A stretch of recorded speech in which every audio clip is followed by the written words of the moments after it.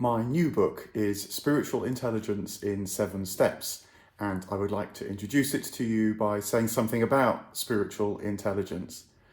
Spiritual intelligence is a type of perception, although unlike types of empirical perception that see, hear, touch, taste or smell, it works by spotting what is alive and implicit.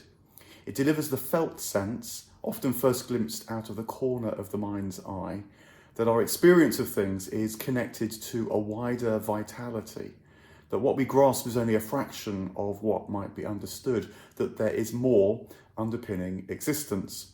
To become alert to this presence is like becoming aware of light, which is not itself directly visible, though simultaneously shines from all the objects it illuminates. Spiritual intelligence is a kind of intelligence to do with humble awareness rather than slick analysis. And when someone has it, you will think they are inspiring more than clever. It is a wonderful capacity and a source of delight, comprehension, and purpose. It is also basic to being human, but my fear is that it has become so overlooked and sidelined in the modern world that people are inclined to be sniffy about it and deny that it exists altogether. The word spiritual is, of course, contentious. People can spend years trying to define it. For others, it's straightforwardly a turn-off as it evokes superstition or woo. I've resorted to it partly because it is useful in signalling my conviction that there are more things in the world than can be accounted for by a materialist philosophy. Also, if spiritual seems slippery, that is only in the way that defining what is good or beautiful or true seems slippery, though we know these things the instant we are in their presence. The realization lies in the recognition, not any definition, which will inevitably be too tight. The book is in part a product of my involvement in a research group organised by the International Society for Science and Religion that is looking into these things.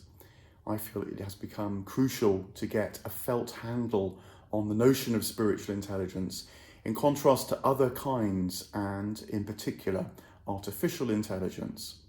The immediate concern is that AIs are already so pervasive that we are at risk of forgetting what it is to operate without their slick planning, cunning manipulation, and tremendous capacity for problem solving. The challenge is to ensure AIs benefit us more than they threaten us, which requires us to understand more fully what it means to be human. If we can be brightly aware of the capacities we have, which no machine does, even as the technology continues to improve, we might have a chance of staying human in the age of the machine. Emotional intelligence isn't enough, I've concluded, partly because it looks as if AIs will increasingly be able to mimic the qualities that Daniel Goleman originally highlighted as the proficiencies of emotional intelligence. The first two competencies he lists, social skills and empathy, machines can already be programmed to fake. The next two, motivation and self-regulation, machines simply don't need, as it is in their nature to keep going without hesitancy or deviation. Goleman's fifth characteristic, self-awareness, has so far eluded computers, and my guess it always will, though the danger is that it can be imitated so as to confuse humans, and is already doing so. Put it like this: if artificial intelligence is mostly about solving problems by spotting patterns, and emotional intelligence is mostly about relating to feelings by understanding them as opposed to being swept along by them, spiritual intelligence turns to the steady presence that runs through, above, and under it all. This awareness is transformative, not because it is successful at what it does, like an AI, or because it fosters flourishing, like emotional intelligence, though it might. Spiritual intelligence enables the individual and groups of individuals to become increasingly aligned with the deeper pulses of reality. It takes us to the shoreline of knowledge, where learning becomes a type of listening, consideration a type of resonance, and personal change a type of expansion. With spiritual intelligence, education becomes an activity that seeks to draw out and recollect rather than pour in and test. The truly deadly thing is to fail to notice you are experiencing because you have become lost in the experience.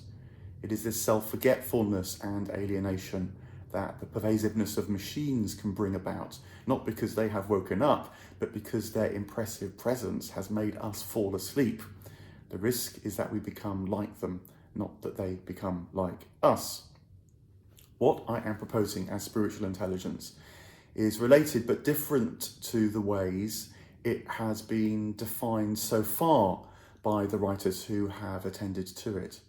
It has been thought of as a skill that can handle values, or as an ability to discern purpose, or as a concern for ultimate issues like life and death.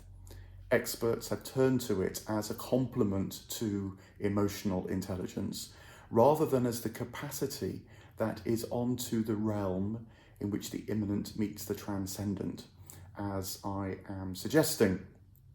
There are two problems with these older approaches. One is that they commit the flaw of much modern psychology by trying to remain metaphysically agnostic.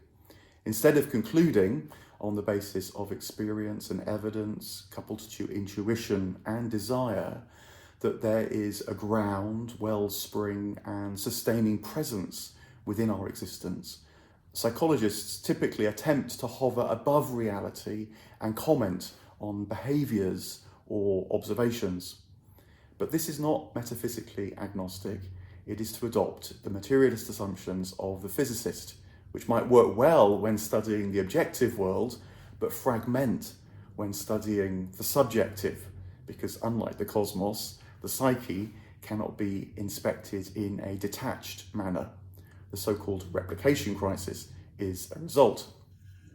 Second, spiritual intelligence is not a kind of know-how, but more basic. It is know that our plane of existence has qualities of being and consciousness and constancy and peace. That awareness will undoubtedly help with our emotional intelligence, as I explore in the book. But spiritual intelligence, as I see it, is not a proficiency because it is not something to be achieved. It is a perception, which you could say is born of a knack or a grace or a crisis, though it only appears to elude us in retrospect because it is closer to us than we are to ourselves. It invites us to turn back to the ground of our being and rebuild from there. My sense is that now is a good moment to become aware of its awareness for another reason. Many thinkers, including my colleagues at the research network Perspectiva, believe that we live in a time of crisis that is actually a meta-crisis. They mean that the challenges of the 21st century, from environmental collapse to social alienation, are not problems prevailing systems can fix, for all that specific policies and decisions may be able to impede pandemics and put out some other fires. Rather, the problems have in large part been caused by the prevailing systems themselves. So, while systems will have to be redesigned, a more basic task must be attended to, remembering what it is to be human. My 7 steps are a set of reflective reorientations that turn the attention towards spiritual intelligence, deepen the understanding of it, and thereby locate it more consciously in life. The first step is to retell the origin story of human beings. This is important because stories are like filters, and the current crop of big history accounts of Homo sapiens treat the spiritual element as if it were a delusion which, whilst once useful, can be filtered out now. I present the case, emerging from research in human evolution, that what I'm calling spiritual intelligence developed in significant ways with the emergence of Homo sapiens, and played the fundamental role in the development of culture and technology. We are Homo spiritualis and need to recall that now. The second step, or perceptual shift, continues this story into the annals of history and explores how individuality and individual freedom emerged. The basic freedom is again often forgotten now. It is not freedom of choice, which is freedom from hindrance, or freedom of expression, the freedom to speak or do, but the more basic type of freedom, to recognize what freedom is for, which in a nutshell is to know ourselves in all our depth. The freedom grows as spiritual intelligence becomes established. Step 3 is a type of discursive meditation on what it's like to tune into spiritual intelligence. The upshot is a growing perception that reality is simple, not in the naive sense of not complex, which is clearly not the case, but in the deeper sense that the myriad things arise from a spiritual commons, which spiritual intelligence can know. Step 4 considers how spiritual intelligence relates to the inner life of the individual or the soul. It explores the ways in which developmental psychology and psychotherapy have charted this interiority, though argues that without the metaphysical ground that spiritual intelligence brings, these methods of easing suffering and promoting development have no goal, and so can leave people journeying and journaling almost indefinitely. A fifth step follows because when the soul settles into the being that sustains it, the tricky but transformative reality of death can be approached anew.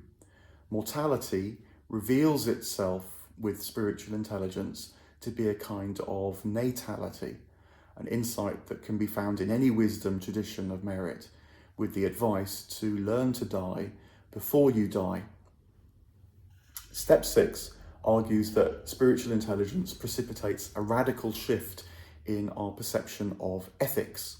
It must move on from being understood as about morality, which tends to foster guilt and shame and is readily weaponized and so unwittingly weds us to alienation.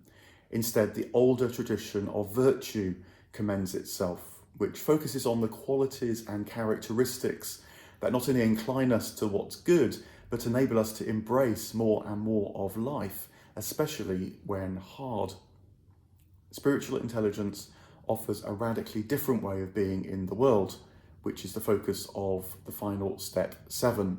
We might come to love realization instead of being wedded to growth and progress. We might value notions like awakening and conversion alongside management and development, not least when thinking about education and ecology.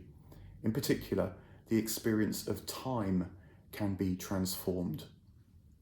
These capacities are essential now and will be increasingly essential in the future.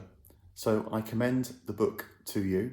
It is published on the 9th of December 2022 and available in all good bookshops and as an audiobook as well.